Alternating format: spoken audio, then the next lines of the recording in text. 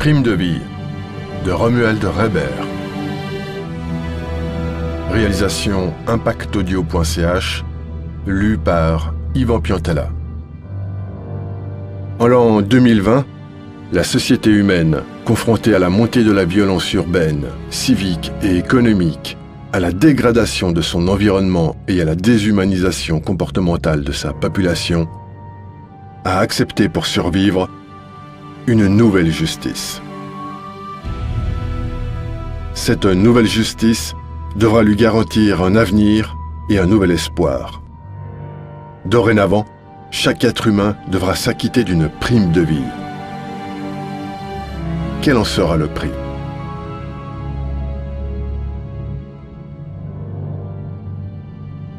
Prime de vie, chapitre 1, mise en place des règles.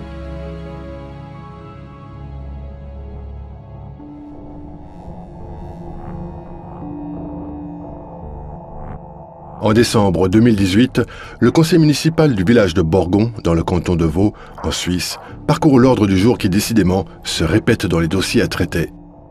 Jacques Schneider énumère le rapport de la semaine. Nous avons cette semaine un vol de sac à main, 3 vols à l'astuce, 2 jeunes admis à l'hôpital pour coma éthylique, 4 bagarres au niveau de la gare entre 3 et 5 heures du matin, 4... « Oh mais y en a marre !» s'exclame le conseiller municipal écologiste Yves Walden. « Cela ne peut plus durer !» Le reste de la salle, interpellé par la violence de l'intervention, soudainement se réveille.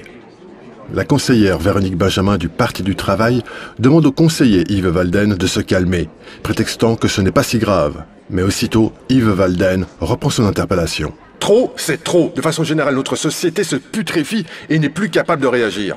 À tous les niveaux, éducation, environnement, jeunesse à la dérive, démission des parents, citoyens sombrant dans un égocentrisme démesuré. Il y en a marre de ce manque de courage.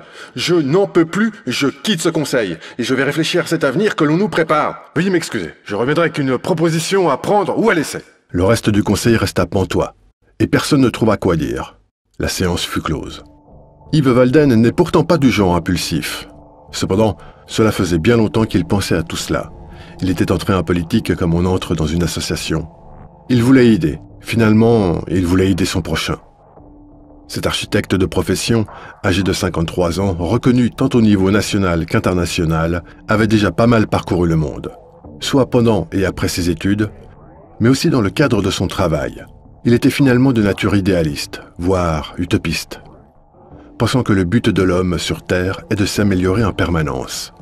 Il avait voyagé un peu partout sur la planète, de l'Europe aux États-Unis, de l'Amérique du Sud à l'Australie, ainsi que du Moyen-Orient à l'Extrême-Orient. Le seul continent qu'il n'avait pas visité était l'Afrique. Pourquoi? En fait, il voulait le faire, mais plus tard. Aujourd'hui, il n'avait plus la tête à cela. Il avait eu la chance dans son métier d'avoir comme patron un dénommé Peter Stein. Peter Stein était un homme plein d'humanité, sachant tirer le meilleur de chacun de façon naturelle et créative. Il était d'une certaine manière une sorte de modèle pour Yves Walden. Une personne qui l'avait captivé, qui l'avait fait avancer plus haut. Peter Stein est le patron d'un bureau d'architectes de renommée internationale, spécialisé dans les bâtiments de moyenne envergure, conçus dans le but d'être vraiment un plus pour les gens habitant dedans. Et non une sorte de cage à lapins que certains avaient profité de mettre sur le marché, prétextant l'efficacité, la rationalisation du terrain, alors qu'en fait, ce n'était là qu'une affaire de gros sous. Il était strict et souple à la fois. Strict sur ses principes, souple dans les moyens de les atteindre. Ceci servit d'inspiration à Yves dans les règles qu'il allait édicter pour sa commune, et qui, à son insu, finiront par s'appliquer au sein du monde entier. Durant l'un de ses voyages en Asie, à Hong Kong, il fit la connaissance de Yamin Lam, l'une des partenaires du cabinet de Peter Stein. En dehors du travail, Yamin Lam pratiquait la méditation. Quelquefois, après une journée de travail, Yamin avait proposé à Yves Walden de se rendre au pic de Hong Kong, sorte de colline depuis laquelle une vue magnifique sur la baie et Hong Kong Island était offerte à ceux qui s'y rendaient. Il existe une petite promenade sur le pic qui fait le tour de cette colline. Le long de cette promenade, quelques bancs y sont disposés. C'est sur ces bancs que Yamin Lam pratiquait sa méditation par moments. Yves Walden, au début, y allait par politesse plutôt que par intérêt. Son tempérament d'architecte ne trouvait pas d'accroche à ce concept de méditation, qui prétend qu'en se concentrant sur sa respiration uniquement, l'on permet au cerveau d'améliorer ses réseaux de connexion et par là même d'améliorer ses compétences.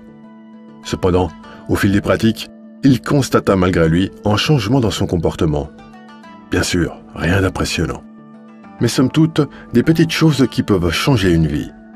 De bien meilleurs réflexes et une meilleure gestion de sa mémoire. Avec le temps, il pratiqua sans excès mais ponctuellement ses exercices de méditation. Ses nombreux voyages asiatiques lui avaient permis de comprendre un peu mieux cette culture. Une sorte de respect des formes, d'une acceptation de la situation, de toutes les situations. Il est certain que tout n'était pas rose pour lui, mais certains aspects venaient combler un manque dans sa personne. Il parlait même de sa propre éducation avec critique et parfois regret. Malgré tout, il trouvait le fil de sa vie assez logique, même si par moments il avait une certaine impatience. Il en était satisfait, en tous les cas, jusqu'à cette dernière séance du conseil municipal de sa commune. Le soir, rentré chez lui, il ne pouvait pas dormir et ne cessait de repenser à cette société à la dérive. Tout cela allait à l'encontre de lui-même. Du plus profond de son être, il souffrait. Même son expérience de vie, sa culture assez large, ne l'aidait plus dans cette situation. Il fallait trouver une solution. Lorsqu'un être humain est poussé à ses limites, c'est souvent là que les idées, rêves et raisonnements les plus improbables surgissent, comme pourrait surgir une explosion volcanique. Il avait pensé à ces mots simples que tout le monde peut sortir sans trop se casser la tête, ces deux mots. Droit et devoir. Ces deux mots qui résument en fait un principe qui pour lui était on ne peut plus juste lorsque l'on fait ou veut faire partie d'une société. Les droits représentaient tout ce pourquoi des hommes s'étaient battus.